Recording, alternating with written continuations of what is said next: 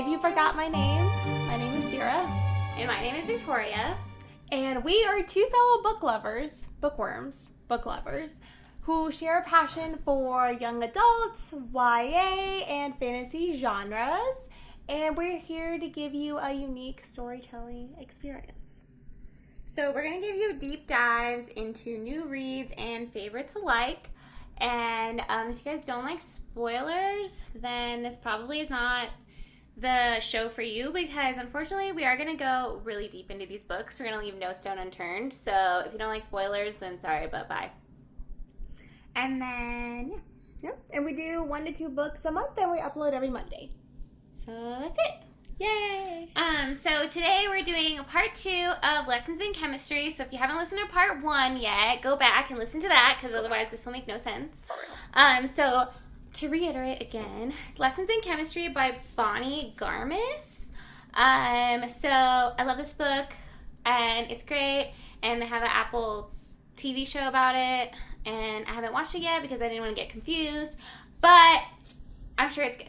And so last time we left off, so Elizabeth is a mom of Madeline Zott, who's like a little genius, and she she left her job at Hastings Research Institute as a chemist to become a TV show host. And they're all being like sexist jerks. Yeah. Hastings, right? Yeah.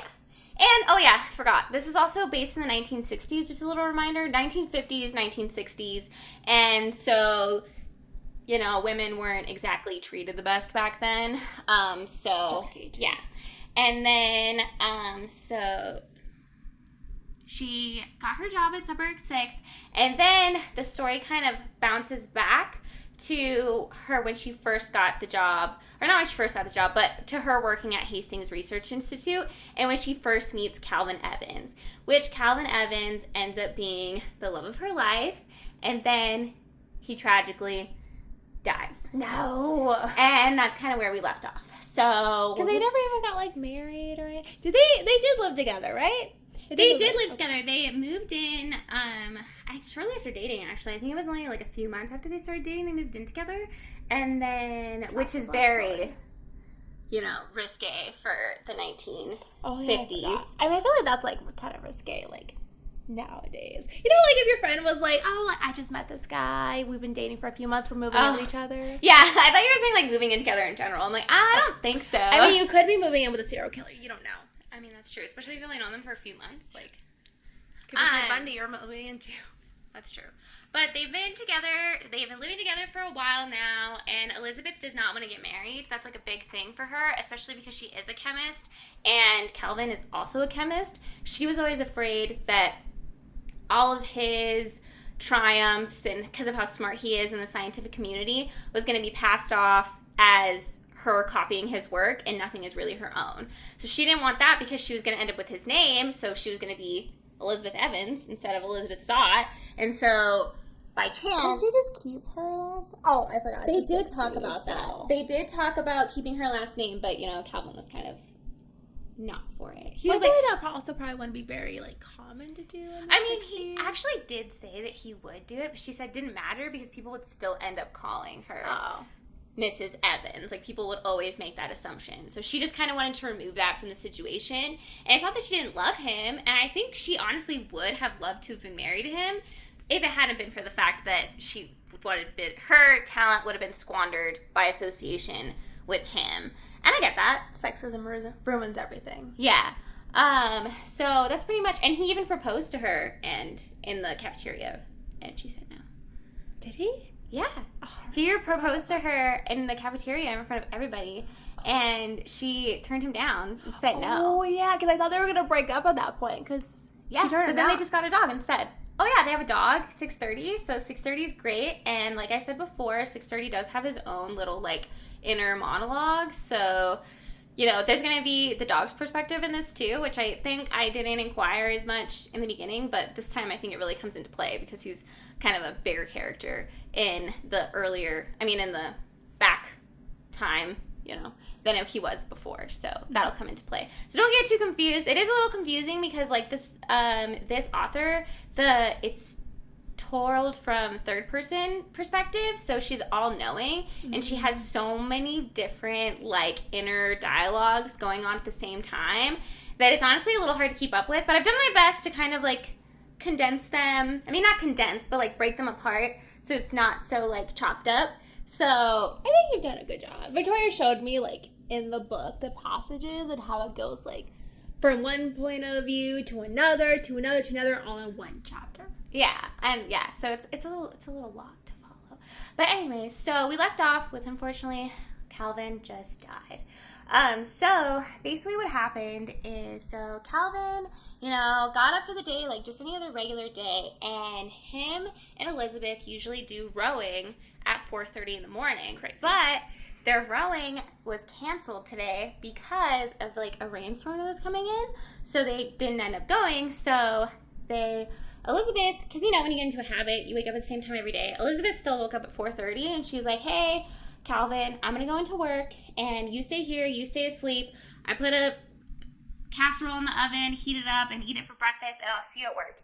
And Calvin's like, no, stay with me. And she's like, no, I'm going to go to work, you stay here. He's like, okay, I'll get my clothes on, and I'll go with you. And she's like, no, stay here. I'm going to go into work. It's fine. So Calvin finally wakes up. He goes, he eats his casserole that she left him at potato casserole. Sounds delicious. But she leaves him the potato casserole, and then he leaves for his run. And this is the first time that 6:30 is going to be on a leash, which 6:30 is the dog. So this is the first time 6:30 is ever going to be on a leash because California recently released their leash laws, and they had never had. Oh yeah. Oh, okay. Almost every state has leash laws. Oh. Yeah, except I think like rural areas, I think they don't really care, but like most states that I didn't know that.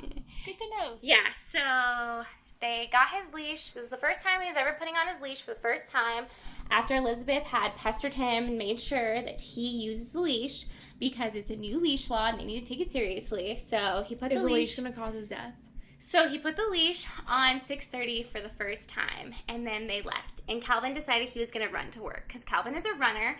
And also, I don't know if you guys remember, but running back in the 1950s outside, like just going for a jog, wasn't that common? I mean, I would never run to work in general. But I mean, each their own. Me neither. But I mean, I guess joggers didn't really jog back then, or wasn't as popular. At least that's what they say in the book. I don't know. But so he was kind of known in the town for being the weird guy who like runs around. Because normally people would like jog in place, like indoors, or they would use like an indoor track or something, but they wouldn't just be like running around. So when Calvin started like running around, people started making phone calls to the local police, like, who is this guy running around my neighborhood? Serial killer, obviously. Yeah. So they were scared that this guy was gonna like, I don't know, come and murder them or something, or that he was up to no good. They're like, why is this guy running? Down in the place. They're like, do I need to run? Like, I mean, yeah, I guess Where are we running from? I guess it would be kind of scary if people aren't normally running around and see a man running down the street. I'd be like, whoa, I might need to be worried about something. The apocalypse? Are the zombies here? Yeah, or is he in trouble? Like, something happening to him? So they called the cops pretty regularly. So the local cops got to know Calvin pretty well. They knew him as the weird guy who runs.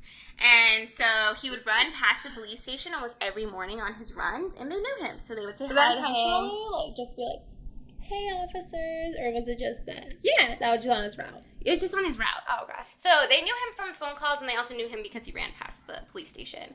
It was on his way to work. It was on his normal running path.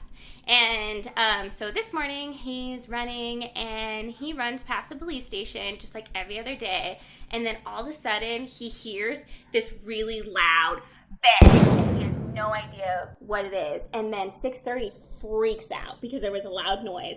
And so he tries to take off in one direction, and Calvin tries to take off in the other direction. And they basically start pulling each other. And then they calm down for a second. They don't really realize what's going on, but like they have like a second to, get their bearings. And then all of a sudden, another loud noise happens. It's another loud bang. And they're like, what is going on? They think it's a gun. They don't know what's going on. So this time, 6:30 takes off, and Calvin wasn't ready for it. And he falls on the floor and hits himself in the head. Yeah. So he's pretty much incapacitated. Like, he gets knocked out from this. And then, all of a sudden, he gets run over by a police car. So the police car was backing out, and that loud noise was actually the noise of their cars backfiring, because recently they hadn't been doing like as much maintenance on their vehicles as they were supposed to because they got a bunch of budget cuts.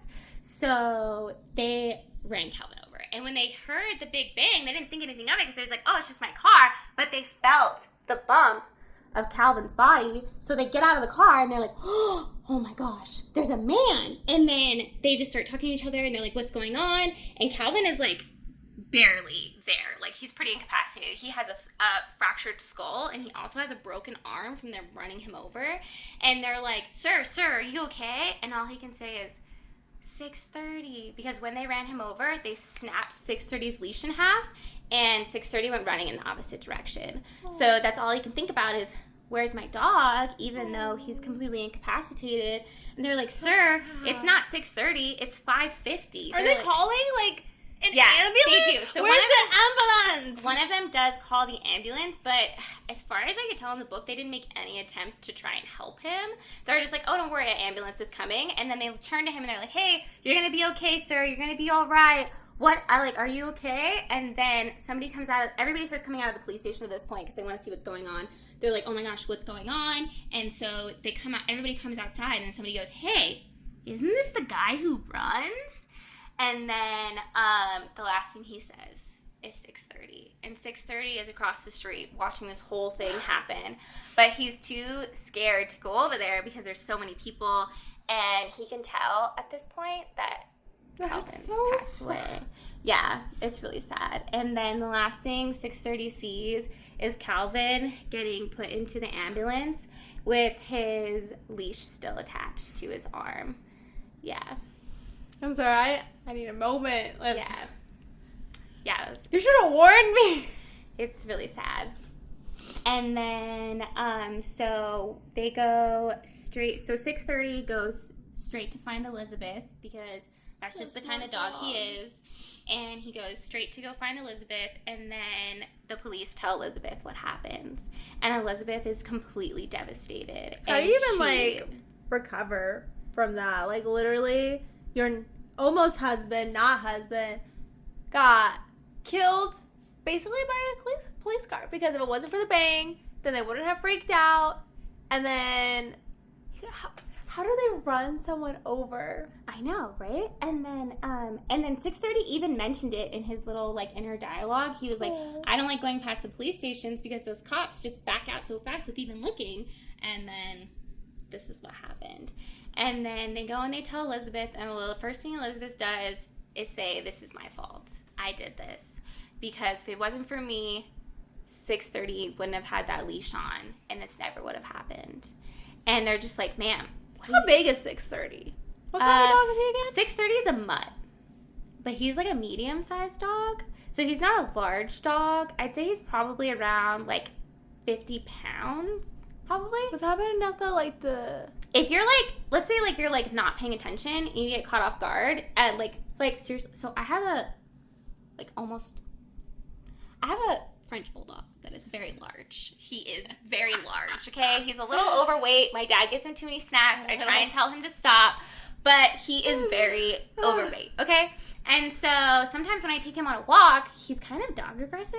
Only when he's on a leash for some reason, but, like, he, like, tries to attack other dogs. And there has been times where, like, I thought Napoleon was going to knock me over because he was so... Because, like, the Frenchies are just little muscular little things. I'm like, why are you so muscular? What do you need this for? But anyways, so I believe that it could totally happen because I feel like that's almost happened to me with Napoleon before. Okay. I feel like if you get caught off guard and you're not expecting it, like, anything could just knock you over. Humans are a lot more fragile than we give ourselves credit for. For twigs. Yeah. We live for noodles. Basically. So Elizabeth blames herself, and then she gets, of course, really depressed, and her world is kind of a fog after that. Like, she doesn't really know what to do. She doesn't really know what's going on. She's just, like, in a blur state.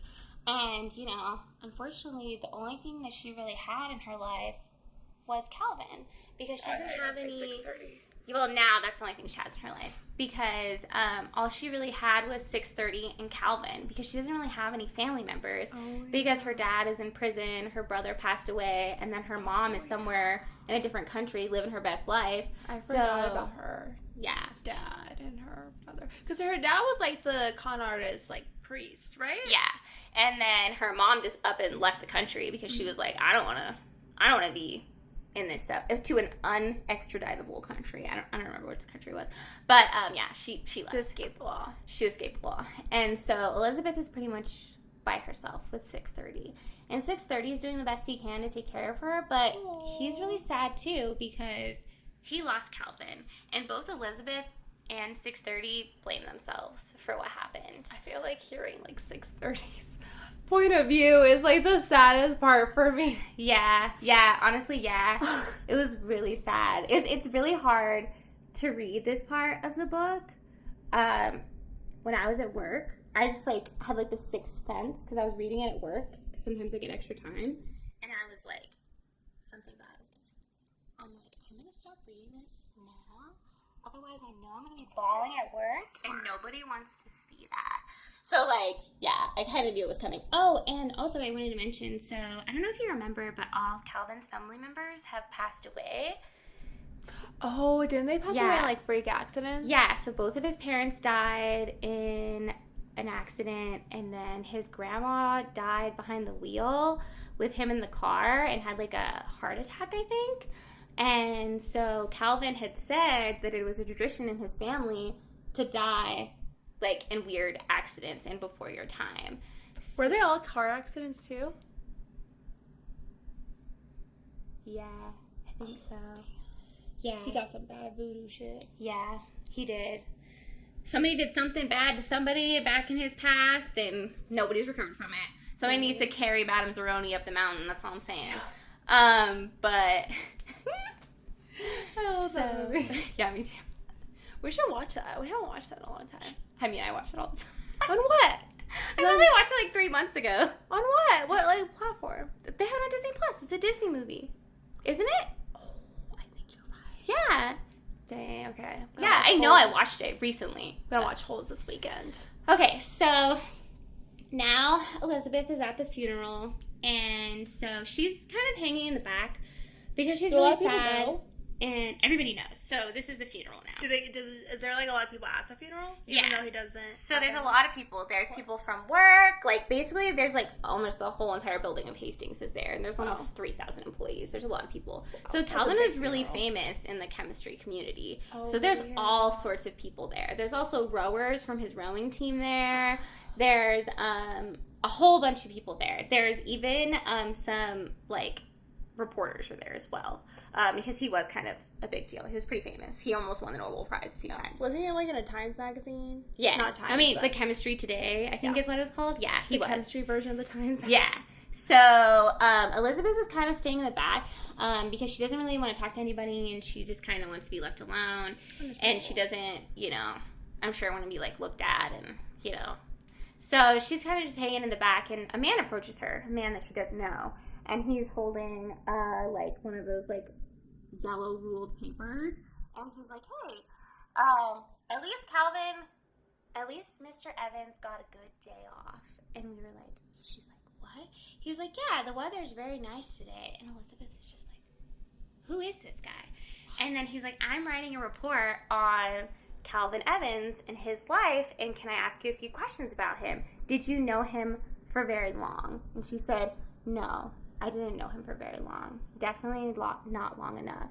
And she's like, read the room. Like, this is not the time or place to be doing that. Yeah, and then he goes on, and he's like, oh, so you didn't know him very well? Yeah, I don't know. Everybody seems to think he was kind of a jerk.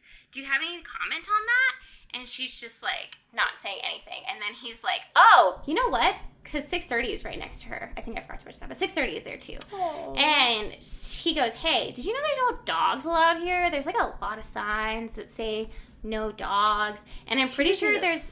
Yeah. Dude. She's like, I'm pretty sure there's a policy against dogs in the building. And then and he's like, unless you need the dog, do you need the dog for any reason? You're, like, so...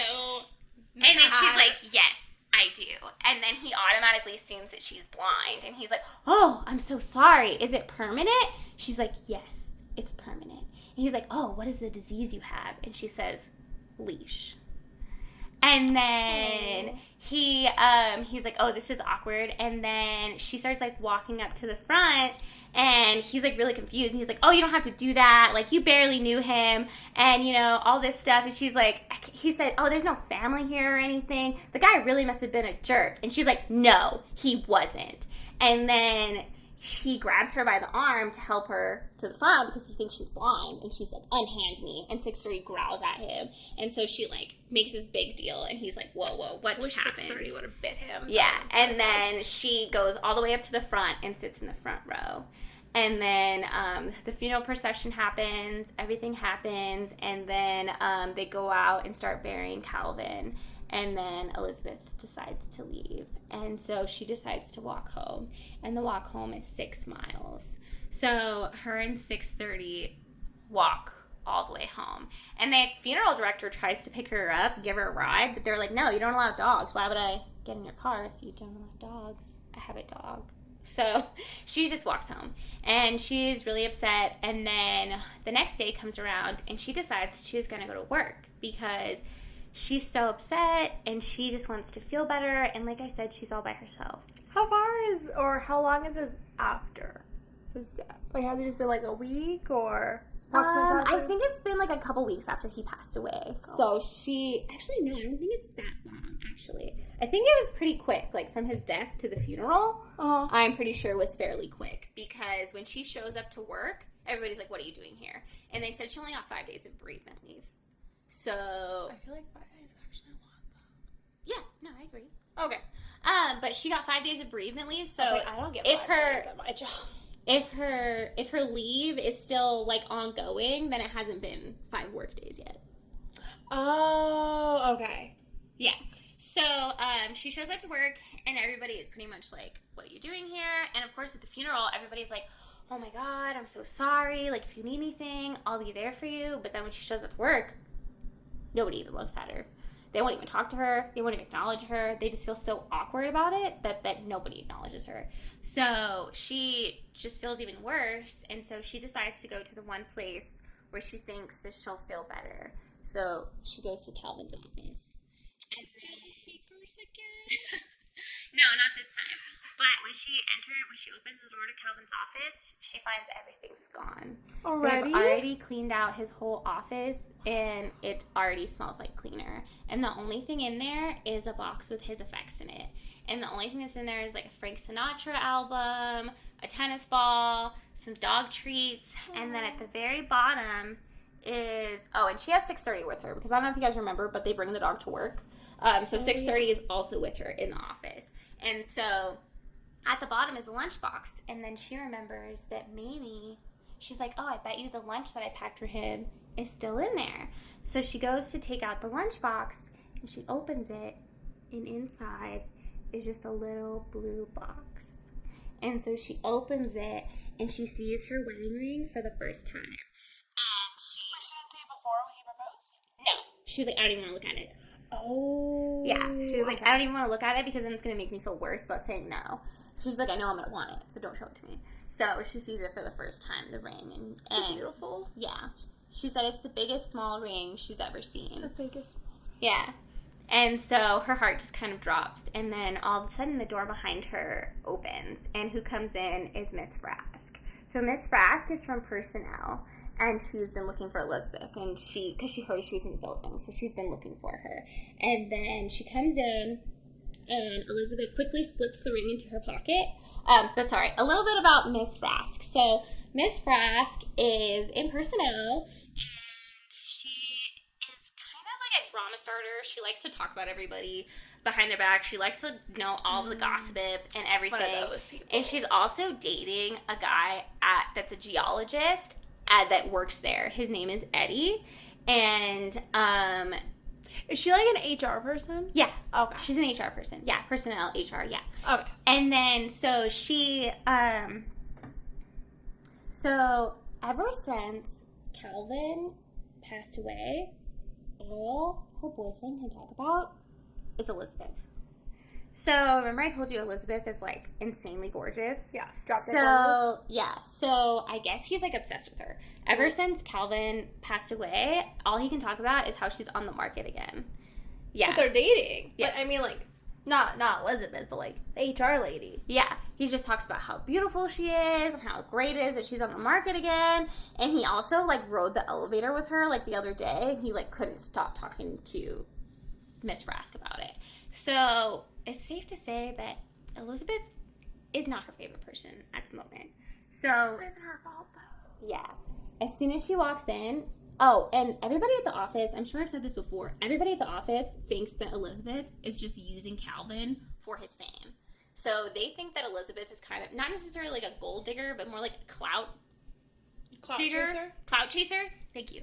So, Got you. they think she's kind of like a clout tracer. They think that because she's a chemist, she wants to link up with the most famous chemist and, like, you know, that's her goal, and that's why they're together, because she's so beautiful, and Calvin was kind of, like, awkward looking and kind of awkward in general, that they're like, she couldn't possibly have feelings for him. And didn't she also, like, turn down, like, all the guys there, too? Yeah, and she didn't want to date any of the regular guys. So they're like, it must be because Calvin is famous. So everybody kind of thinks that. So Miss Frask walks in, and she's like, what are you doing? And Elizabeth is like, what do you mean? She's like, what are you doing? You're not allowed to be in here. She's like, you can't go through his personal effects. You're not a blood relative. She's like, we can appreciate you and Calvin had an interesting relationship, but you're not allowed to be in here. And also, I've been trying to find you for a few reasons, and one of those reasons is you can't have the dog here either.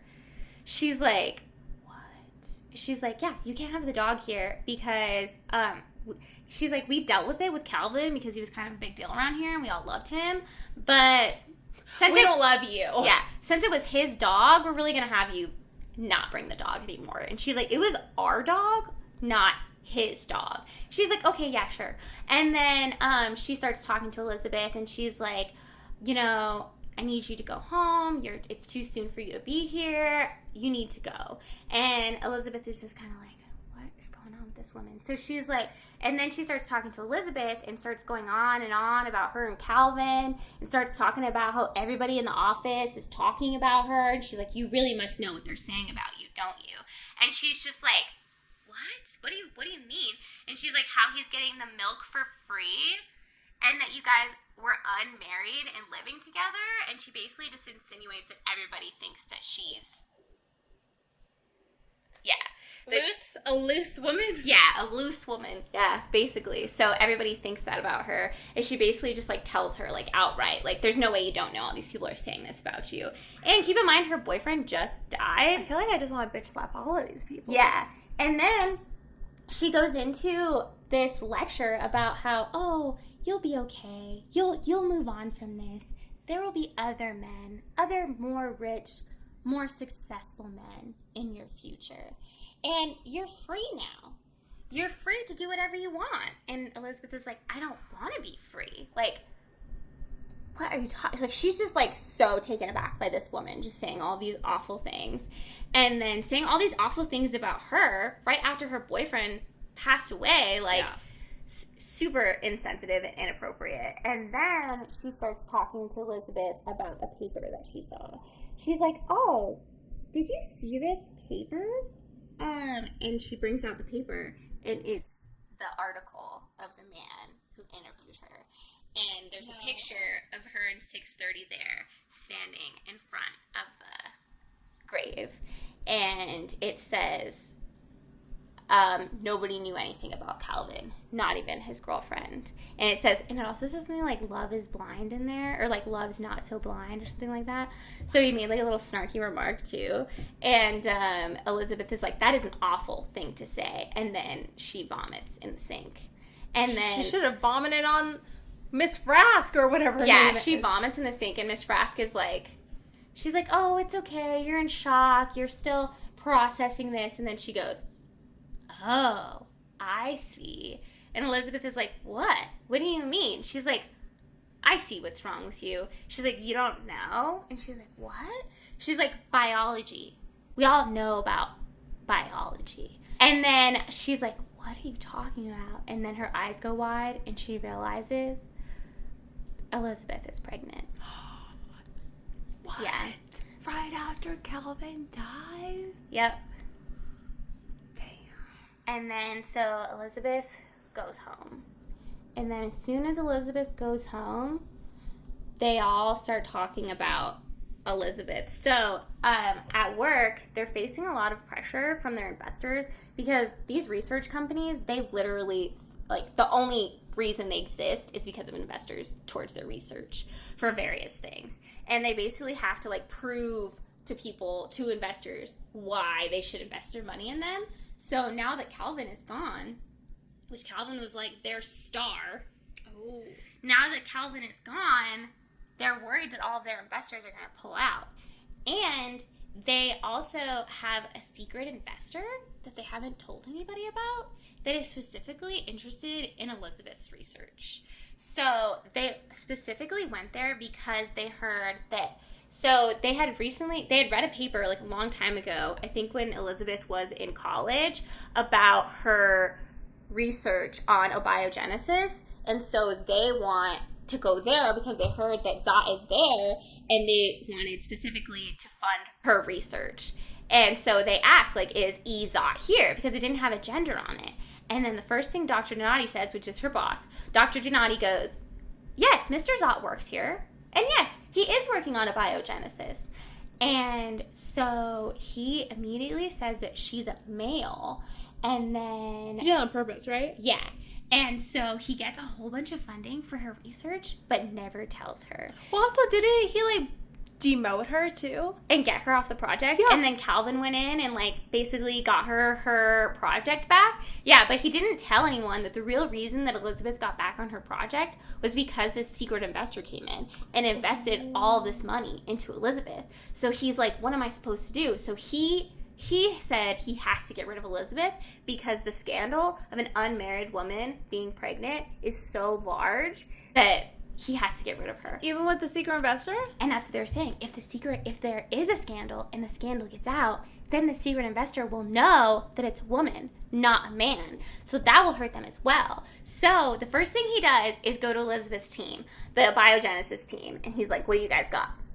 He's like, I gotta get rid of Elizabeth, like, what are you guys doing over here? And then two of them, there's three of them. So two of them, they're like, Elizabeth is literally the only one who knows anything, and we're just here to help, basically. They're like, We're just the staff. Yeah. They're like, we're just the staff. Like, Elizabeth does pretty much everything, and we just do what she tells us to do, basically. They're honest. And then the third guy, he says that actually the only reason the biogenesis team has gotten anywhere is because of him. And that Elizabeth doesn't really do anything. Is there any decent human beings in this he's- book that don't die? There's a few. They're coming up. And actually, they're coming. So You gotta hold out. You gotta hold out. I've given up hope. And then he's like, actually, all the research on abiogenesis is mine. And so... But the other two guys were just like, okay, sorry. And so he starts talking to the guy. And the guy doesn't know anything. He's an idiot. He even, like, Donati even says, is like, this guy is a scientific idiot. Like, he has no idea what's going on. And he was like, I don't even think this guy can spell abiogenesis. But I don't think I could spell. I know I can't spell it because I've been writing notes, and every time I have to correct it. So. Copy. So I also cannot spell it. But like, we don't work in a chemistry lab. That's true. We are not a biogenesis chemist, so. Exactly. We're not in a biogenesis chemist team working on abiogenesis, so it's okay that we don't know how to spell it. We get a pass. We get a pass. And then, but he does not. His name is Dr. Borowitz. Dr. Borowitz is the one. Is it because he's a bore? Yeah, Oh. probably. So, even though he didn't know anything, nobody seems to know anything, he still decides to fire Elizabeth. So, they call Elizabeth into the office once she gets back from her bereavement leave. They call her into the office. I think it is a little bit longer, but so the first thing Miss Frost did after their meeting, like her and Elizabeth's meeting, was tell the entire staff Of course. of Hastings that she's pregnant. Of course. And so they call her into the office, and they basically tell her that they can no longer keep her on because it's too big of a scandal, and that they can't have her on it's against their code of conduct, they said. And then Elizabeth says, well, I've read your entire code of conduct, and it doesn't say anything about a woman being pregnant in there. And they're like, well, it's more of an unwritten rule. And she's like, so there has no legal binding, right? So she, being Elizabeth, thinks that she can convince them not to fire her. And she asks, she's like, well, what of the male? And they're like, what do you mean? She's like, what about Calvin? If Calvin was still here, would you fire him? They said no. And then she's like, why not? He's the one who got me pregnant. And they're like, yeah, but you were the one who got pregnant. Like, you're the one who was irresponsible. And basically they said, like, she should have just been, they were like, yeah, it's ridiculous. So they start going back and forth, and they start arguing, and Elizabeth insists that there's no reason to fire her for being pregnant. There's no legal standing to it, and they shouldn't do it. And Miss Frask is there, too. And Miss Frask, of course, is on Dr. Donati's side, and she is also saying... Just because her boyfriend wants to sleep with Elizabeth. Yeah. She's also saying she needs to leave. And they all bring up how difficult she is at work and how nobody likes her and how she's overly opinionated and she never wants to make them coffee. Your audacity. And she demands to have her own name on her own research. Like, how dare she, right? And so they're like, okay, you gotta go. And then Miss Frask is like, yeah, you gotta go. And your insurance ends on Friday. And I forgot to mention, but she also made this whole speech about how Elizabeth cannot be riding on Calvin's coattails anymore. So then she starts whispering to her. She says, like, coattails, coattails. Like, just basically, like, reiterating everything she told her in the demeaning speech that she gave her, like, a couple of days ago. They also bring up, they're like, yeah, the only reason that you were stayed on the project because you had your boyfriend come in here and tell us to keep you on the project and threaten to leave. And she didn't know about that. Because she told him. And she was like, what? What are you guys talking about? And they're like, don't pretend like you didn't know. And she's like, I had no idea. And they're like, yes, you did. They're like, yeah, you did. Don't even play. And so they fire her. And she goes home. And she leaves. Can she get unemployment? I'm just kidding. I don't know if unemployment existed back then. I don't know if it existed, but she definitely doesn't get it. So she only has basically her savings, and they didn't mention it, but Calvin actually left her his house. Oh. The bungalow, yeah. So he had secretly gone and willed her his house before he passed away. So she's gonna need it, so yeah. good thing he did that. Yeah, good thing he did that. So Elizabeth, did he leave her anything else, like money? I mean, is that just something to ask? They didn't say if he left her any money, so I'm assuming it was just the house. Oh. But also, I feel like if he put in the will that he was going to leave her the house, he might as well have just said that he's like, just the house. Everything else goes to 6:30. Yeah. Everything else goes to 6:30, So Elizabeth goes home, and then she's distraught, of course. Within 2 weeks, she starts receiving visitors. And they're her old coworkers. And they're going there to ask her for help on their work. Because they have no idea what's going on. No. So she actually starts charging them. Oh, okay, good. I thought she was going to, like, help them and, like, be like, oh, it's okay. No, she helps them. But She's she a starts, businesswoman. Yeah, now. she starts charging them. And guess who comes by the most out of anybody? Is it, what's his name with a D? Or is Dr. Borowitz comes by. Dr. Donati is her boss. No, he wouldn't do that. And he has no idea that all these people are going to her house and literally stealing her brain, basically, and just, like, having her solve their problems. So they'll come with test results. They come with, like literally everything. They're just like, Elizabeth, solve this problem for me. I don't know what's going on. So she just does it, and they pay her. And if they say anything about Calvin, she charges them double. And if they say anything, if they don't want to pay, they pay, sorry, I got out of order. So if they don't want to pay, they pay double. And then if they make any snide remark to her about anything, they pay triple. And if they say anything about Calvin, they pay quadruple. So she's got a pretty strict basis going on. And then what she also starts doing, so she grabs a sledgehammer and goes into the kitchen and just starts destroying her whole kitchen. And 6:30 is just like, what the heck is going on? And she's like, I'm building a lab. So she literally builds a lab. They didn't have any other bedroom. She could have done that. And I mean, you need water in a lab. Yeah, I guess you could have done a bathroom. I mean, the kitchen's pretty important. I mean, they don't really say how many rooms or bathrooms this place has, and I don't know what defines a bungalow. Maybe a bungalow is... I don't think they had DoorDash back then, so how's a girl gonna eat? Yeah. So, she does still cook in it. Oh, so she still has, like, an oven. I guess it's really sterile for being a lab. Maybe she has a big kitchen. Maybe it's just, like, half of the kitchen is a lab.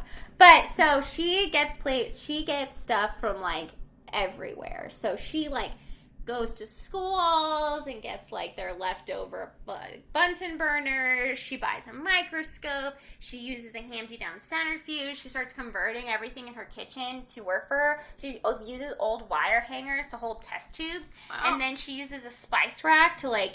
She's DIYing everything. I forgot what it was the spice rack does, but it does something chemistry related. And then... not just for spices. And then another thing that she started doing is she started breeding, both to the baby and to 630. So she started doing it when Calvin was alive, but she started teaching 630 words because 630 is hyper intelligent, of course, because who isn't in this book, right? Right. So everyone's a genius.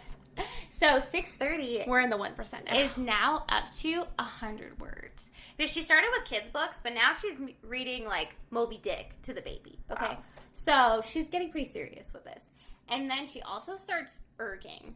So remember how she used to row with Calvin? So Calvin has this thing. It's called an erg, and basically it's like an indoor like rowing machine. I'm assuming it's not like those ones. Maybe it is like an old version of those ones at the gym. You know where they have the water in them and you like row. Something like that. So she started erging like all the time. So that's like her new thing. She's like, and it's like rough. It's not easy. And she's just getting like, fit. Yeah, she's still pregnant, right? Yeah, she's pregnant. Yeah, she's like very newly pregnant when she starts doing all this stuff. And 630, I forgot. 630 actually helps her build her lab. He'll like bring her screws and stuff, and like hold stuff up for her. And like she teaches him how to use some of the stuff in her lab, so he can help her. Like if her hands are full, like he can press the buttons and stuff. Yeah, he's pretty cool. You're right. Everyone's a genius in this. I know, he's like a little genius though. But I also feel like most dogs are really smart. We just like don't use them to their, intellectual capabilities. Like my dogs just sit and stay, but like I mean they don't even know how to stay. They just sit and like. They just sit because it's convenient. Yeah. Yeah. I'm sure I could teach my dogs way more stuff. But she's taught him over 100 words at this point. And then, so 630, like I said, he does his own thing. So 630 actually regularly visits the cemetery to go visit Calvin. Yes, he does. So he regularly visits the cemetery, and if you remember back at the funeral, the guy said that they have a strict no dog policy. And it turns out that the security guard at the graveyard is actually like this crazy guy who like carries around a gun. And he's been complained on multiple times because he'll just randomly start shooting a gun at like woodland creatures like while they have a funeral service going on. Yeah, he's pretty crazy. So he sees... And 630 is just like walking around? Yeah. So 630 goes and he talks to Calvin. He's telling him how he's really concerned about Elizabeth because Elizabeth... basically is just erging and, working on her lab and helping all these weirdos from work with their work. So he's like, I'm really concerned. She's really depressed and she's really sad and I don't know what to do. So he's talking to him and then all of a sudden the security guard comes in with his gun and tries to, takes it and points it at 630. And 630 is like, I cannot die because Elizabeth needs me. Like, I'm the only thing she's got. So he jumps on top of him, and the man falls over and, like, hits his head. And he starts bleeding from the head. And 630 is like, oh, my God. Like, I have to save this man's life. Killed the guy. Yeah, he's like, I have to save this man's life. He's like, he knows bleeding from the head is bad. So he actually, like, takes his little body, or, like, I don't know, medium-sized body, and, like, holds it up against the guy's head to, like, stop the bleeding. And then he starts barking. Genius. So he starts barking like super loud to like get attention, and then a whole bunch of people come over. Happens to be that guy who is reporting on Calvin's funeral was there as well, and he catches. What, doing another story? Yep, he catches the whole thing. So 630 did save the man's life, and they actually, so the guy, the reporter? The reporter guy, yeah, thank you. So he stays behind, watches the whole thing unwind. The security guard's fine. He goes home, and he checks his collar, gets the address, and takes 6:30 home. So he picks him up and takes him home, and 6:30 is covered in blood, like covered. So he knocks on the door, and Elizabeth is like, oh my god, what's happening? What's going on? Like, what's wrong with my dog? And he's like, don't worry, 6:30 is fine. He just saved a man's life. And she's like, what? So 6:30 saves a man's life, and then like 2 weeks later, she finds the article about the whole thing, and it turns out that they now allow dogs at the cemetery, and they got rid of that guy. They canned him, and they got a new guy. So nobody's gonna be shooting at dogs anymore. Good. Thankfully. And then, so... That's just crazy, though. Can you imagine, like, somebody just, like, bringing in your dog home? What if somebody brought, like, Mr. Pumpkin home and just, like, Mr. Pumpkin just saved a life? That's very out of character for him. I would believe more that he killed somebody. That's her cat. Mr. Pumpkin is not to be reckoned with. Mr. Pumpkin would have left that guy bleeding. Yeah, he would have. He would have been like, oh, you don't have any food? Okay, I'm out. That's crazy, though. That just 6:30 just, like, saved a man. I know. I mean, it's not, when you think about 6:30 being, like, 6:30. Super genius. Super genius. He's super cool. He's super dog-like and just amazing. But, so, the article comes in, and then there's also a photo of his tombstone, and there's a shot in it. So they blew half of it off. No. And it says on the tombstone, your days anew.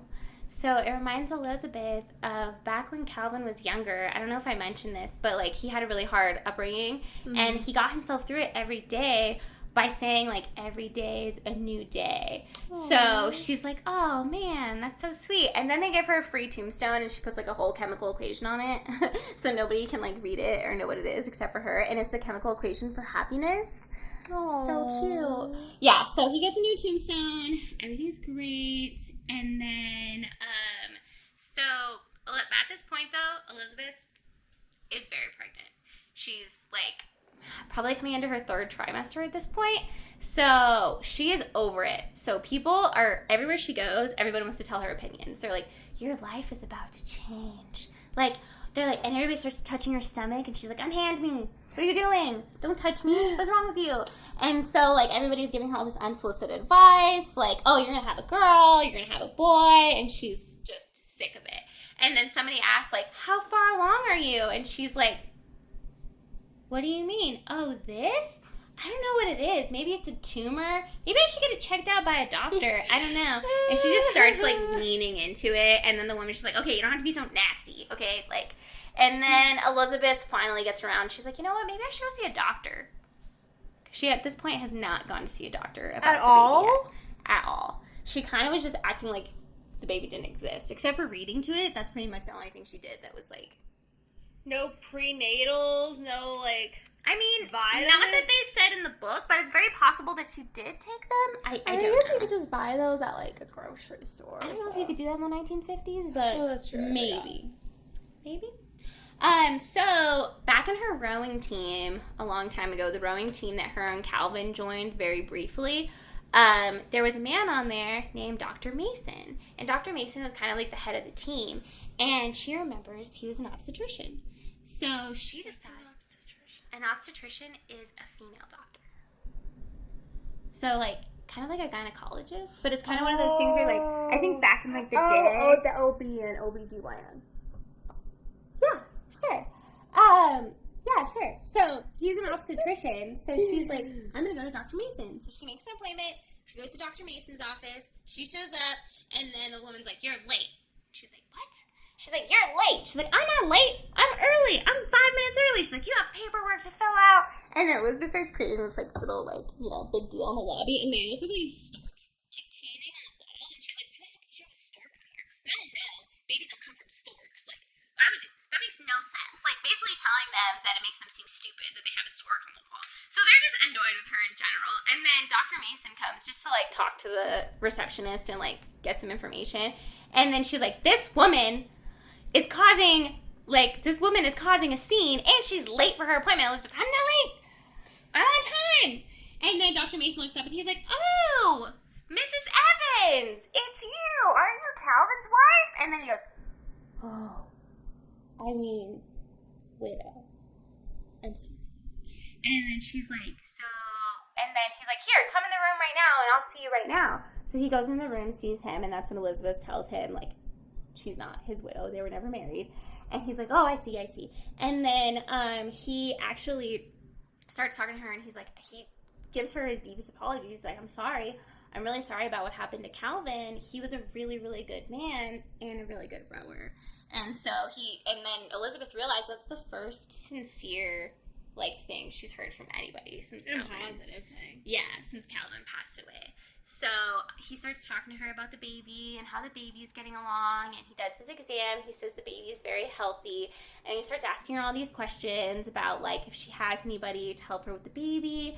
And she's like, I have my dog. And he's like, good, that's great. Dogs are great. Dogs are super intelligent. They're really empathetic, and it's good that you have a dog. He notices the calluses on her hands, and he's like, are you still rowing? Like, I haven't seen you around. And she's like, no, I'm erging. And he's like, what? Good God, are you serious? No way. And she's like, yeah. He's like, how much are you erging? And, like, she says, like, I don't know, like 10, like something crazy. I don't remember the exact number, but a lot. And he's like, what? He's like, well, that'll definitely prepare you for childbirth. He's like, the suffering and the pain, like, yeah, that'll help you prepare you for childbirth. And he's like, why would you do that to yourself? And then he asked her why she hadn't seen a doctor this whole time either.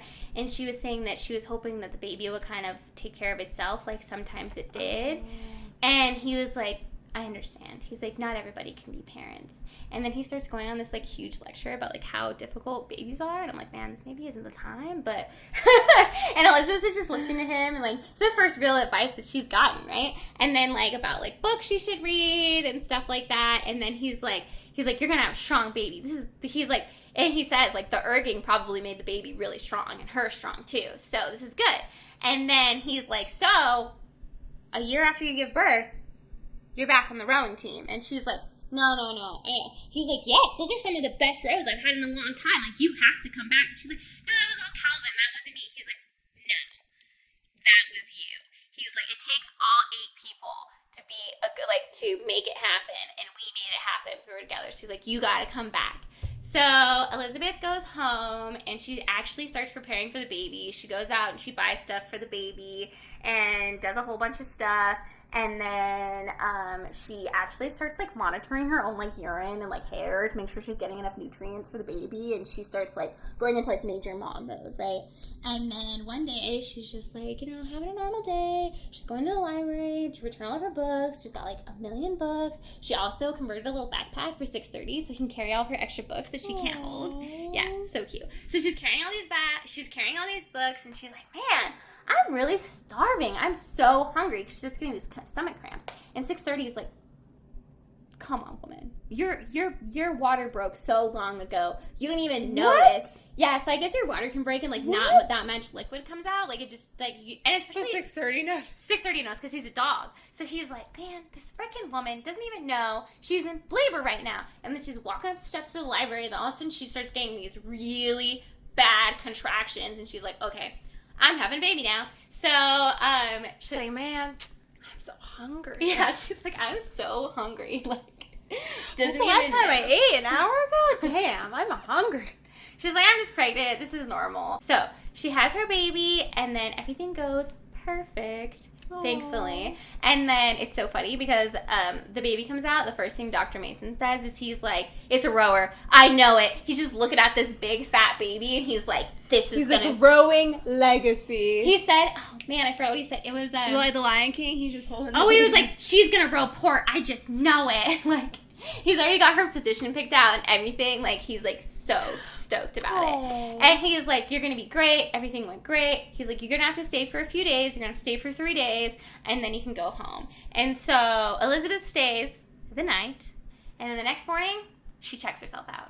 She's like, I gotta get home. 6:30 hasn't ate all day, and I gotta get out of here. So she leaves. And then the nurse is like, no, you can't leave. It's against the orders. Like, you cannot go. And she's like, I'm leaving. She's like, tell Dr. Mason I gotta go erging, and he'll know what I'm talking about, and he'll approve. And so she goes home. And then 6:30 gets to meet the baby for the first time. And 6:30 is super excited. So 6:30's actually been, like, saving stuff for the baby. So he, like, stole some chalk from the neighbors and, like, been hiding it and, like, stashing random stuff that, like, kids will like. Yeah. He's a little genius, right? So, I mean, a baby's not going to use chalk yet, but... Hey, it's the thought that counts. You're right. It's the thought of the dog that counts. Okay?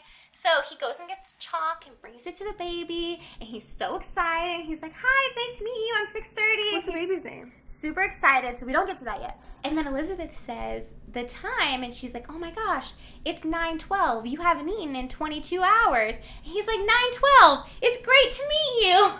Oh, that's obviously not her name, but it was the cutest thing ever. So she missed opportunity. Yeah. So when Elizabeth gets home with the baby and 6:30 is all excited, so she's like, "Oh, I'm so happy. Like I feel like I'm turning a new corner in my life."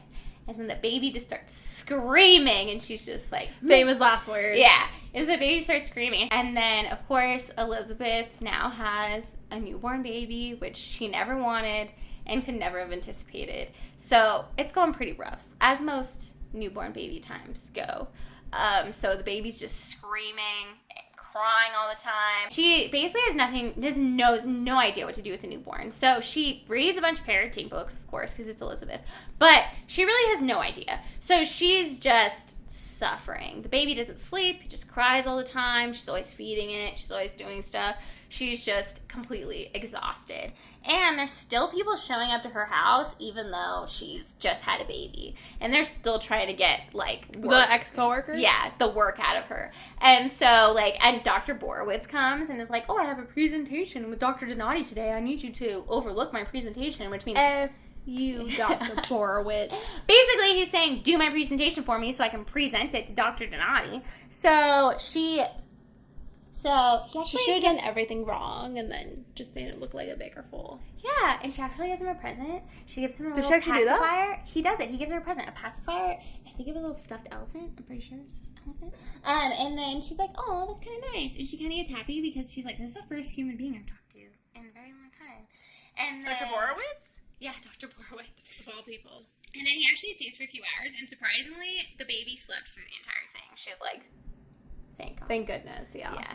And so she's like, "I'm going to get some work done. Now that he's gone, I have time to myself." So she goes in her lab to get work done, and then she falls asleep on the floor. She uses, like, a book as, like, a pillow, and she's, like, asleep on the floor, and then all of a sudden, she starts hearing all this, like, tapping, and she's, like, half asleep, and she's like, "What is that?" And it just keeps happening, and she's just on the floor, and she's like, "What is That reminds me of that, like, tapping?" Chihuahua meme where it's like... Yeah, exactly that. And so she's just like, "What the heck is that?" And then this woman comes into her apartment, and she's like, "Hey, I saw that the door was," she's like, "I saw you slump down on the floor, and I tried to knock on the door several times, but you never answered. Are you okay? I just want to make sure you're okay." And she has a casserole with her, and she's just like, "Are you all right?" And she's like, "What? Who are you?" She's like, "I'm Mrs. Sloan." And she's like, "What?" And she's like, "I've been knocking on your door. Your baby's crying. Should I go get the baby?" She's like, "I'm gonna go get the baby." And she's like, "You look all right." So she picks up the baby, and she's like, starts like masterfully like handling the baby, right? Like she's like obviously like a mom, and she's just like, she starts talking to Elizabeth. She's like, "I've been meaning to stop by. Like, how are you doing?"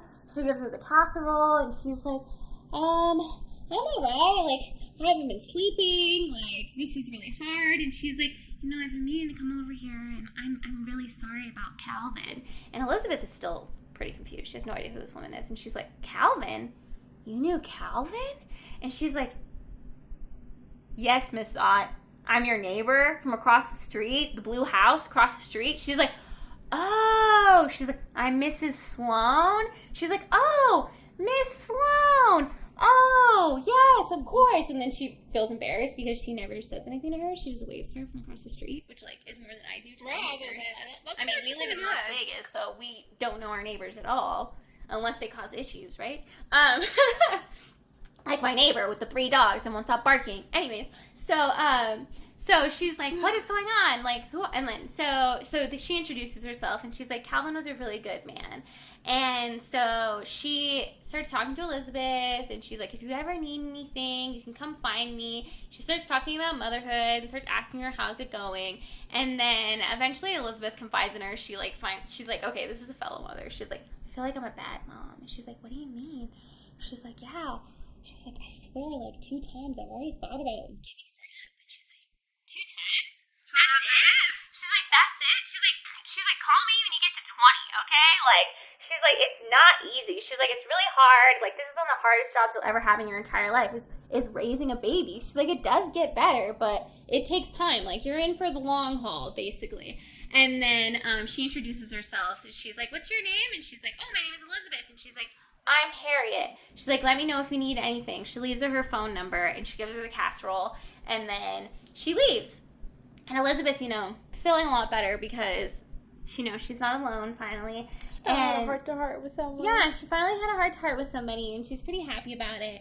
And she, she's pretty happy about it. She's like, yeah, this is good. And so, she goes back to taking care of the baby, who, as soon as Harriet left, starts screaming and crying again, like on cue, basically. A little bit on Harriet. So Harriet is her neighbor. So Harriet is kind of like the neighborhood Snoop. She watches. She's like the lady that watches through the window. Exactly. She watches all of the neighbors through her window because she doesn't work. So her husband is recently retired as well. So she doesn't work. So she knows pretty much everything about Elizabeth. She's been watching her and Calvin through the blinds ever since she showed up. And she, just like everybody else, assumed that Elizabeth was just with Calvin because he was a clout chaser. And so she's like, oh, this beautiful woman, all beautiful women do is bring trouble. She's totally judging Elizabeth. And she's just like, ugh, this woman, she's just going to come over here and create all sorts of drama, right? But as she starts watching them day to day, she realizes that they actually are really in love with each other, and she thinks they're really cute together, and she thinks that they're a perfect match. And she's like, I bet you they're just over there talking to each other about stuff, and they're just have everything in common, and just they're like, me too, and all this stuff. And she's she actually admires their relationship quite a bit, and it makes her really sad because even though Harriet is married, her and her husband do not share the same type of relationship. So her and her husband actually have a pretty strange relationship. So Harriet found out shortly after being married that this guy sucks. Oh. He's kind of mean to her. He talks about other women to her, how attractive they are. Elizabeth, he would talk about Elizabeth when he would see her outside, about how hot she is and all this stuff, and so gross. Yeah, so gross to say to your wife, ugh. And and he's also mean to her.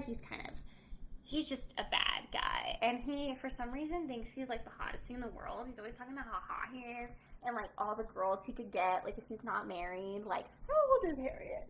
Harriet is older, so I think Harriet... Is she an old woman? No. Okay. So she's not an old woman. She's an older woman. She's 50. So she actually has 4 kids, and all of her kids have left the house now. Okay. So she's alone with her newly retired husband that she honestly can't stand. So she's just across the street, waiting and waiting. She's like, please call me. Please call me. Please get me away from this life. Please. So, and Elizabeth has picked up the phone to call her, at least 12 times. She's picked up the phone to call her, and she's like, no, I don't want to bother her. I'm sure she didn't really mean it. I let the, inner, and that inner doubt that all of us have. She's like, no, I don't want to bother her.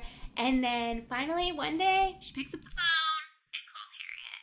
And then it's kind of the rest is history kind of a thing. They become really good friends, and she helps out with the baby. Baby's name is Madeline. Harriet did. Never would have guessed. Harriet did mention that. Oh yeah, it's the kid from the beginning. Plot twist. No. So her name is Madeline, and then... When I asked you earlier, that was jokingly. I thought you would have... It went over your head. I didn't get it because... we'll get to that later. Because there's a story about how she gets her name. So that comes next. So her and Harriet become friends. And then, so the story about how Madeline got her name. So Elizabeth was in the hospital, and Elizabeth, even though Calvin was the love of her life and she's so upset that he is gone, she also kind of resents him a little bit. Because she's like, now I have this baby, now I'm pregnant, and my boyfriend is gone, and I have to take care of this baby in his pants that I never wanted. So she's pretty upset at Calvin, even though it's no fault of his own. How dare you?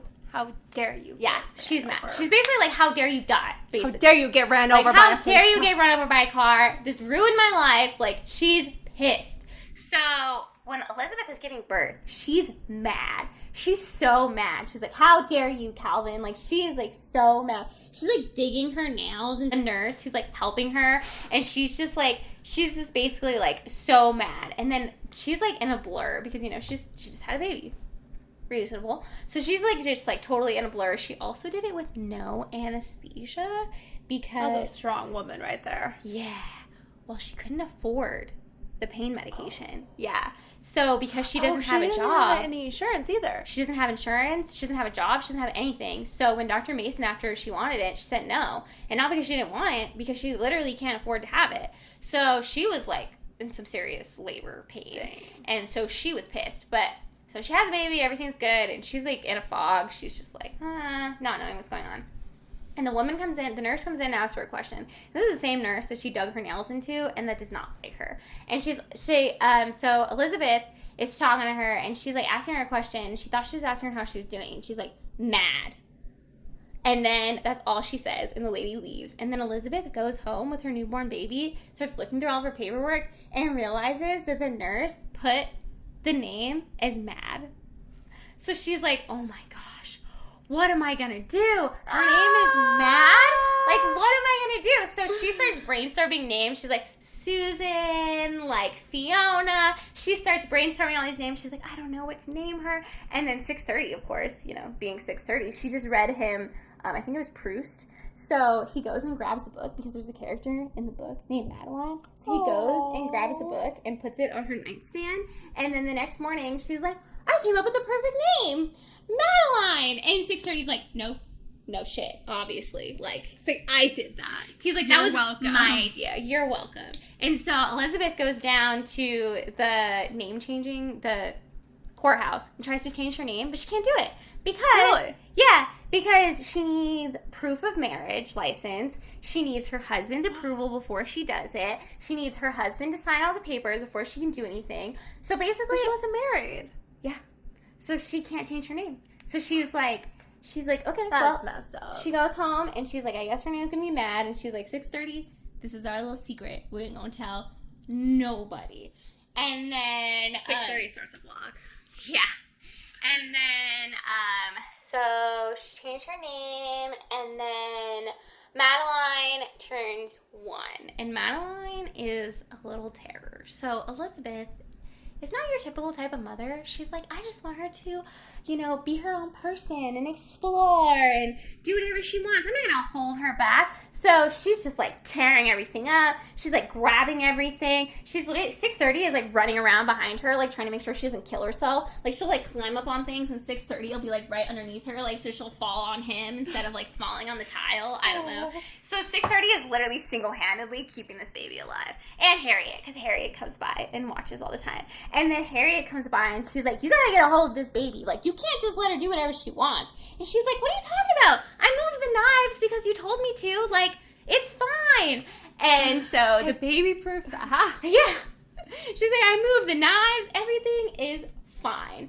And so right on clock, just like Dr. Mason said, he shows up. And he's like, okay, are you ready to join the rowing team now? And she's like, oh, God, because it's been a year. Yeah. And she's like, what do you mean join the rowing team? Like, I can't just go join the rowing team. Like, I have a baby. And if you forget, they row at 4:30 in the freaking morning.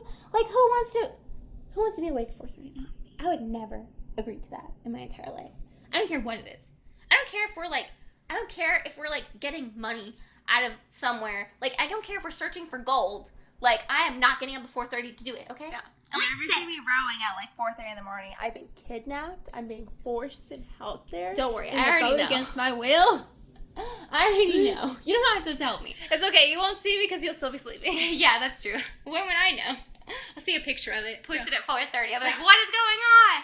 But, and then, so, Elizabeth's like, I can't do it. And he's like, oh, Well, he asked her if she got any help. She's like, yeah, my neighbor comes and helps me out. He's like, oh, perfect. Your neighbor can do it. And she's like, I can't ask my neighbor to come to my house at 4:30 in the morning? Are you insane? Like, no one is a good enough friend to do that for you. And I agree. Don't ask me to do that. I'm asking it. If you have a baby and you need to do something at 4:30, I'm sorry. So you gotta figure it out. But it's not me. I'm hitting you up. Maybe there's a daycare that's open there. And I don't know. But anyway. Yeah, it's called Victoria's Daycare. So she's like, okay, so you gotta, so he leaves. He's like, I'll see you there on Friday. Like, see you on Friday. I guess the person who was 2C actually got his leg broken, and Dr. Mason is like ecstatic about this because he hated 2C. So he's like, this is a perfect opportunity. He's like, it's been a year. 2C broke his leg. I hate that guy. We're going to replace him right away. So he's ecstatic. You're trying to put that guy off the island from the beginning. Yeah, for all we know, it was a skiing accident. I don't think he was there. But so, Elizabeth, surprisingly enough, asks Harriet, and Harriet agrees. And Harriet doesn't She hates her husband that much? Yeah. Harriet doesn't tell Elizabeth. I mean, her husband's gross. I get it. Yeah. She doesn't tell Elizabeth anything that's going on with her husband because she's kind of ashamed of it. But her husband is actually recently turned into like an alcoholic. He's starting to have a lot of drinking problems. He basically just like swears at her and yells at her and treats her like crap all the time. She should just move in with Elizabeth. I know, right? That would be the perfect situation for everyone. Especially if you're going to be there at 4:30. Exactly. It's like if you're there, you can just stay asleep. Yeah. Like, at least someone's there. Like, watch my baby. Okay. Yeah, that's what I would do. But, so... I'll remember that when I call you. Hey! In the future. Everybody has to sleep with a child. You know what I mean? Like, there's a time when you and the child are asleep at the same time. I don't mean, like, extras. I'm not saying the ba's going to be awake and I'm just going to be asleep and it's just going to be running around the house. Go explore. I'm going to lock it up. No, I'm just kidding. In its crib, okay? But, anyways... So Harriet actually agrees. She's like, I can get out of the house and I can get away from my awful husband. Absolutely. Sign me up. Sign me up. So Elizabeth shows up to the boathouse on Friday at 4:30 in the morning, and no one is happier than Dr. Mason. He is literally like, no way, like, you're here. He turns to the team, and everybody's like, Do they remember her? They remember her, but they remember dealing with her because Calvin was there. So a woman joining their team alone, everybody is like, they don't say anything. It's all males. Yeah. Back then, pretty much only males rowed. And it was funny because when Dr. Mason was trying to convince her, he's like, there's all women rowing teams. And she's like, where? And he's like, in Oslo. She's like, Norway? He's like, yeah. They exist, okay? So everybody's just like really quiet and just staring at her like, for reals. Like, this girl? Like, this one? And they're like, yeah, don't you remember? Elizabeth was on our team before. So he just acts like it's no big deal because Dr. Mason is the best. And Dr. Mason is just like, come on, let's go. Like, and so they row again. Elizabeth rows again for the first time. And she has the best time. She just loves being out in the water again. She loved the whole day. And honestly, I think it all went pretty bad. But she still felt great about it. And she went up to Dr. Mason afterwards. And he's like, oh, you did great. He's like, I don't know. Maybe you should ask the other people on the team about that. He's like, no. He's like, everybody blames the new rower for all the problems. Don't even worry about them. So he's like, I'll see you back next week. I like Dr. Mason. Yeah, me too. He's pretty great. And so we've got two good characters now. Harriet and Dr. Mason. Should we go through the list of all the awful ones? No. And so Elizabeth goes home. And then, so, fast forward, Madeline is now 4 years old. And Madeline is very advanced for her age, of course. So she's super smart. Like I said before, she's reading all sorts of crazy books. How old was she in the beginning? I don't know. Are we at present time from the beginning or not yet? Actually, I think she was probably a little bit older. Yeah, because... Well, she was 5 or 6? Yeah. Okay. I think so. Maybe a little bit older than that, too. I don't remember. Sorry, I should look back on my notes. So we're not to present time yet? No. Okay. No. Not at present time yet. Madeline is 4 years old. She's super smart. And the only problem that she has is she doesn't have any friends her own age. So, of course, being a little genius, it's a little hard. And then Harriet and Elizabeth start having a conversation about it. And she's like, yeah, I don't know. I think, she's like, I'm worried it's genetic. And then Harriet goes, what? Hating people is genetic? She goes, no, shyness. And she's like, oh, okay. She's like, oh, I think I have it too. Yeah. She's like, oh, man, it must be in my genes too, because I hate people just as much as you do. So, and then Elizabeth gets this idea. She's going to enroll Madeline into kindergarten. Oh, Even though she's like 2 years too young to get enrolled in kindergarten, she's still going to do it. So she actually fudges her birth certificate so that it'll make her a couple years older. Yeah. Did she also change it to Madeline? Or did she just... Oh my gosh, maybe she did. She probably did. I'm assuming she did that too, yeah, because in school they call her Madeline, obviously. But she probably did do that. So she like fudges the paperwork, and then because Calvin was such a large man, he was like 6-something, Madeline is the size of a 5-year-old, 6-year-old anyway, so no one would even tell the difference. And Harriet is totally against this. She's like, no. She's like, do not take that kid to school. It's not going to happen. No. Because she's worried that they're not going to need her anymore. So she's really concerned. She's like, no, don't do it. She doesn't need to be in school. 5, probably 6 is when, because you can go at 5 or 6. She's like, 6 is the time for her that she should go. For sure. Like, she's super upset. Elizabeth also has another reason why she wants to enroll Madeline in school. And it's that she's running out of money. So although those people are still coming around for her to help them with their work, she's not making enough money to make ends meet. And she doesn't really have any money left, to be honest. And she's barely getting by. If Calvin hadn't left her the bungalow that was fully paid off, she probably would have been on welfare. So she decides that she has to go get a job. And unfortunately, the only place she can think to go get a job is Hastings. No. Yeah. So she goes. There's a whole planet. I know. Their jobs. I know, but I think it's the only research institute that's like close enough. And remember, she's a woman. That was the only place that she could find that would even give her a job. Well, they fired her. Right. So Elizabeth goes back, and Elizabeth shows up, and surprised, Dr. Donati is elated to see her, and she has no idea, but I guess that secret investor that they had before that was there pretty much just for Elizabeth's work is back. And they're pretty much like, why are you making no progress on this now? Like, what is going on? He was like, before you guys were making tons of progress, everything was going great, and now nothing. So he's threatening to pull his money, which they're low on money, especially now that Calvin is gone. Who knows? A bunch of other investors could have pulled out because their big shot is gone. So they basically don't have anybody there to like constitute having that much money. So Elizabeth, so he actually takes her back. And yeah, he takes her back and he like talks her up. He's like, oh yeah, this is going to be great. Don't even worry about it. Like blah, blah. Like he's like, this is going to be fine. And he actually doesn't even have, the bridge. Yeah. He actually doesn't even have the budget to take her back. He doesn't even have the money to take her back, but he decides he's going to do it anyways. And so Elizabeth, totally shocked that just happened. She cannot believe it. She goes back to work the next day. Well, I don't know if it's the next day, but she goes back to work. And then Dr. Donati has like a white lab coat for her with EZ embroidered on it. And he's like, and then a few people start clapping. He's really trying to butter her up. Yeah, a few people start clapping when they see her. Like she's pretty elated, right? And then he brings her into the office. He starts talking to her about her new duties. And he's like, oh yeah, so I'm going to put you on this. So I want you to go ask what all of the other chemists need. And then I'm going to need you to make some coffee. And she's like, what? But that's what a lab tech does.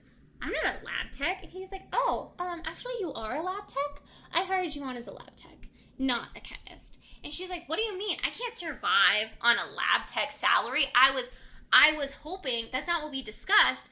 I need a chemist salary, which, by the way, she was already getting paid way less than all the other chemists before this anyways. So who knows how much they're paying her? They're probably paying her like minimum wage to come work this job, which in 1950 it was probably like $4. Right. Maybe even less than that. Who knows? Yeah. So she basically is like, she's pissed. She's super pissed. She cannot believe it. So she goes to the bathroom to like get her stuff together because she's very upset, which I totally get. I would be super upset too, but honestly, she has nowhere else to turn. This is the only job that she thinks that she can get. I mean, I'm sure she can get another job, but this is the job she wants. She wants to be a chemist. So she wants to work in a research lab. So she goes to the bathroom to just, like, take her sorrows away. She's super upset. And then she hears someone in the bathroom, like, banging on the door. And she's like, what is that? She's like, hello? And they're like, mind your own business, okay? The moaning Myrtle? Yeah. They're like, mind your own business, okay? Like, get out of here. They're like, I don't need, and then she goes, Miss Frask? No. It's Miss Frask in the other stall. So Miss Frask has not been having the greatest time since Elizabeth left. Karma. Yeah, so that boyfriend that she had, his name was Eddie, he dumped her for a younger woman and left her. And then she's also been trying to, like, move her way up in the company, and she's been doing all these, like, awful things for them because she's awful, and she's, like, just basically doing whatever they ask her to do and more stuff. And she even started, like, a gossip column at work, which, like, I don't understand that's going to help you get a promotion, but whatever. So maybe it's entertaining. I don't know. So, Look at my extracurriculars. yeah, she actually they just hired a new guy. So they just hired a new guy that's 21 years old and fresh out of college, who's like a complete moron. The best quality that he has so far is like his ability to make like chains out of paper clips. Like that's how useful he is. And so that's her new boss. And he just today gave her a list of things that she can improve on. And the number one thing on the list was lose 20 pounds. Yeah. Yeah. This is what the 1950s was like, guys, okay? I almost felt bad for her. Not quite there yet. Yeah. So Elizabeth just asked, like, who is that? And she's like, Miss Frask? And they're like, she's like, who's asking? And she's like, Elizabeth Zott. And she's like, oh, Jesus Christ. Are you kidding me? What the heck? Like, you really are back, aren't you? I cannot believe it. And then she starts, like, tearing into her. Oh, what are you back to find another genius? Like, just immediately goes for the gut punch, Yeah, I right? definitely don't feel bad for her. And then she's like, oh, you must be here for that investor, huh? She's like, oh, that's a little out of your age range, don't you think? Because I guess the investor's like some old man. And she's like, investor? What are you talking about? She's like, don't act like you don't know. Don't act like you don't know. Don't act like that's not why you're here. And Elizabeth is like, what is this woman talking about? She's crazy. And then she starts talking to her about she's here to find a new man and like all this crazy stuff. She's like, I know, because I'm almost a psychologist. And she's like, almost a psychologist? Right? Screw you. She's like, screw you. She's basically like asking her like why she didn't become a psychologist. And she's like, why don't you have your PhD, huh? And Elizabeth just straight out tells her, she's like, because I got essayed by my advisor and I was taken out of the doctoral program. And then Miss Frask says, same. Miss Frask admits that that's the exact same thing that happened to her. Oh, no, I don't want to feel bad for when she Miss got Frask. kicked out of school. So this is their little bonding moment. Okay? Does she get better after this? I think so. Okay. Yeah, she does. She for Okay. sure does. Yeah, she Okay, is better I after just want to make sure she has like a redemption arc. This is their turning point, okay? This was their little spat in the bathroom. And after this, hopefully, What Miss Frask turns into a girl's girl all of a sudden? I guess we're going to have to find out. Because that's the end Of part two. So Elizabeth just got her old job back at Hastings. Well, and not quite, because she's just she got a job. She got a job back at Hastings, and she's back in her old stomping ground. And we're just going to have to see what happens next. So we'll see you guys next week for the next episode of Lessons in Chemistry. And we'll see you next time. Have a good day.